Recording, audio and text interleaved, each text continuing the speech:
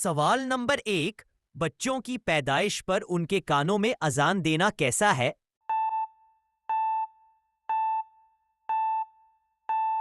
خود بچوں کی پیدائش پر ان کے کان میں اذان دینا سنت ہے اور عمل اسلامی تعلیمات میں موجود ہے۔ یہاں جب سے سنت کے مطابق جب بچہ پیدا ہو تو اس کے دائیں کان میں اذان اور بائیں کان میں اقامت کہی جاتی ہے۔ اس عمل کا مقصد یہ ہے کہ بچے کی زندگی کی ابتداء اللہ کے ذکر اور توحید کے رولان کے ساتھ ہو۔ حضرت حسن بن علی رضی اللہ تعالی عنہ کی پیدائش پر نبی کریم صلی اللہ علیہ وسلم نے ان کے کان میں اذان دی تھی۔ سوال نمبر 2 بتائیں کہ وضو میں کتنے فرائض ہیں اور کون کون سے؟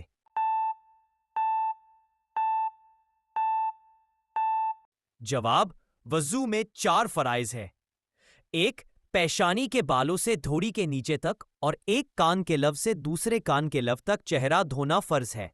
2، دونوں ہاتھوں کی کوہنی سمیت دھونا۔ 3، سر کے چوتھائی حصے کا مسح کرنا یعنی گیلا ہاتھا سر پر پھیرنا۔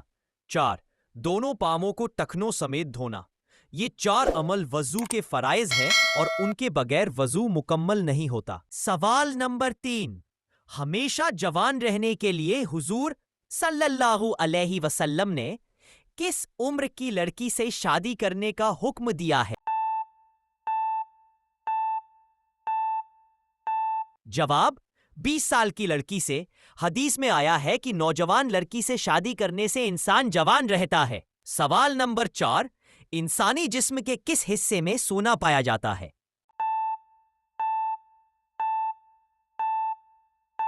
جواب: خون میں۔ انسانی جسم کے خون میں سونا پایا جاتا ہے اور یہ بہت ہی کم ماترا میں ہوتا ہے، لگ بھگ 2.2 ملی گرام۔ حالانکہ یہ ماترا جسم کے عام کاموں میں کوئی خاص کردار ادا نہیں کرتا۔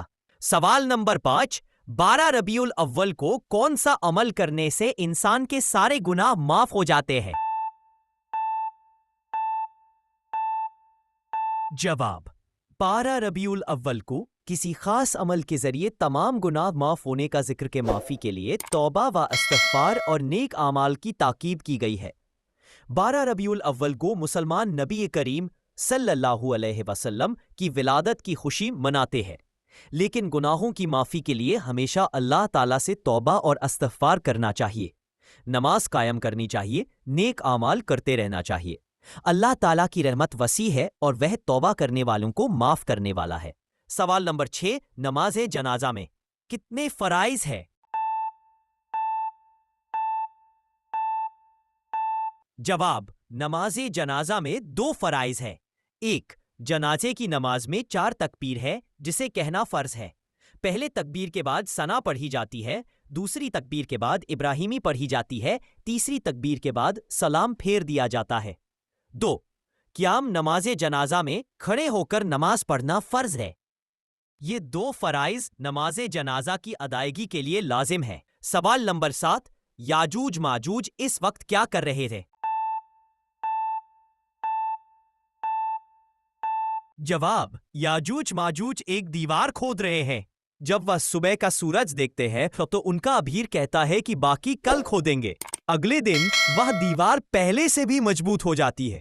جب ان کو مدت پوری ہو جائے گی تو ان کا امیر سورج کو روشنی دیکھ کر کہے گا کہ انشاءاللہ باقی کل کھودیں گے، تو اگلے دن وہ ان کو ویسے ہی ملے گی جیسے کہ انہوں نے چھوڑی تھی۔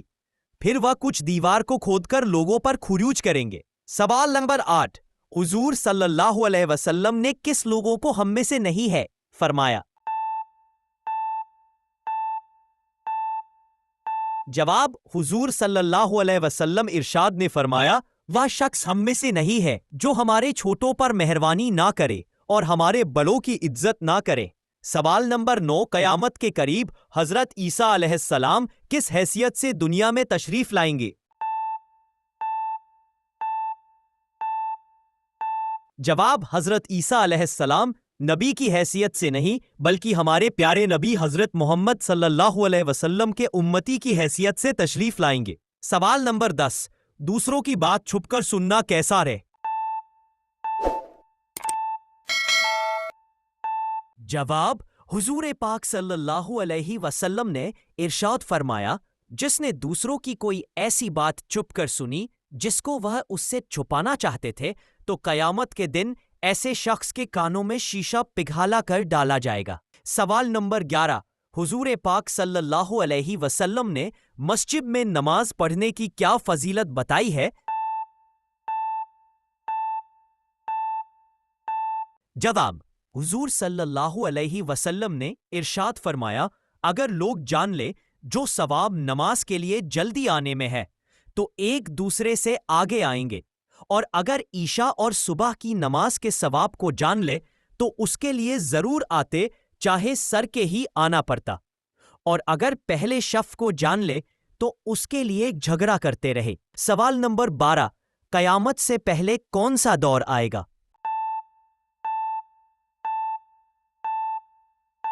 جواب: آپ صلی اللہ علیہ وسلم ارشاد نے فرمایا، اپنے قریب لوگوں پر دھوکے سے بھرپور سال آئیں گے، ان میں جھوٹے کو سچا سمجھا جائے گا اور سچے کا جھوٹا کہا جائے گا، بدزیانت دار کو امانت دار سمجھا جائے گا اور امانت دار کو بدزیانت دار کہا جائے گا، اور وہ ویدوسا باتیں کریں گے۔ کہا گیا ویدوسا کا مطلب کیا ہے؟ آپ صلی اللہ علیہ وسلم نے فرمایا، حقیر آدمی عوام کے معاملات میں رائے دے گا۔ سوال نمبر 13، کیا مومن انسان جنت میں جانے کے بعد دوبارہ دنیا میں آنا چاہے گا؟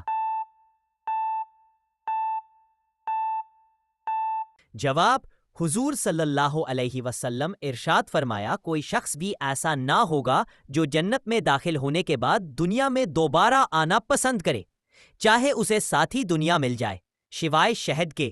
اس کی تمنا ہوگی کہ دنیا میں دوبارہ واپس جا کر 10 مرتبہ قتل ہو اللہ کے راستے میں، کیونکہ اس نے شہادت کی عزت وہاں دیکھی ہے۔ سوال نمبر 14، بتائیے کہ حدیث مبارکہ کسے کہتے ہیں؟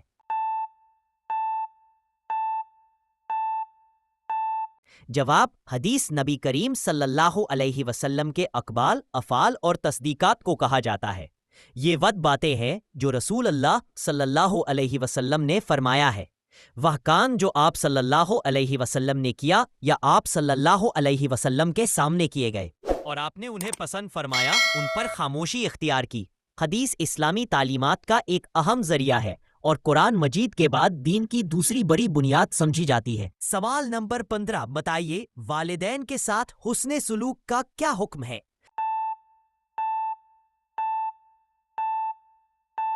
جواب: قرآن پاک میں والدین کے ساتھ حسن سلوک کا بار بار حکم آیا ہے۔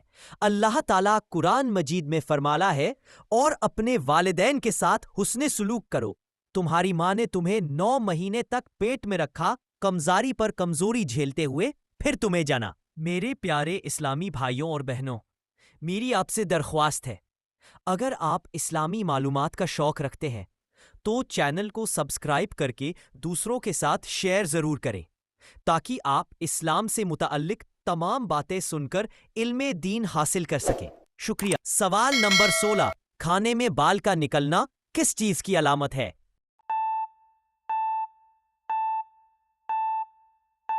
جواب: بہت سے لوگ یہ سمجھتے ہیں کھانے میں سے اگر بال نکل آئے تو اس سے گھر میں جھگڑے ہوتے ہیں، اس سے رزق میں تنگی ہوتی ہے، مال کی تنگی آتی ہے، مگر حقیقت یہ ہے کہ ان چیزوں کی کوئی اصلیت نہیں ہے۔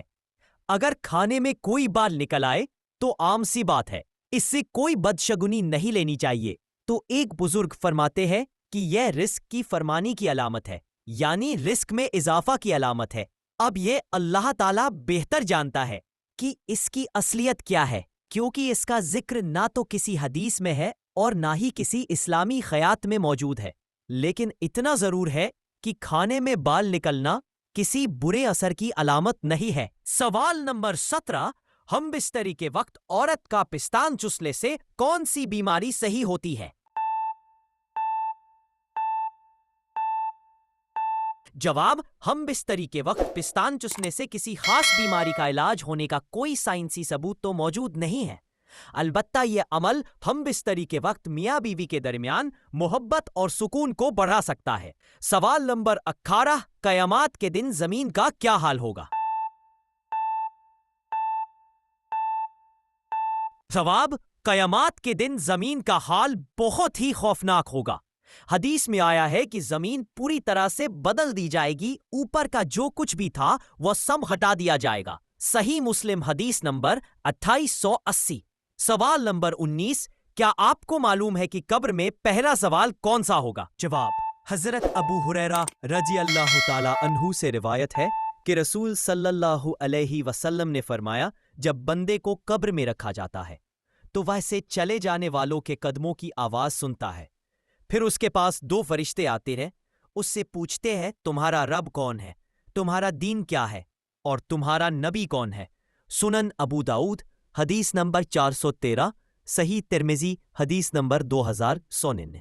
سوال نمبر 20، حضور صلی اللہ علیہ وسلم نے نہار منہ پانی پینے سے منع کیوں فرمایا؟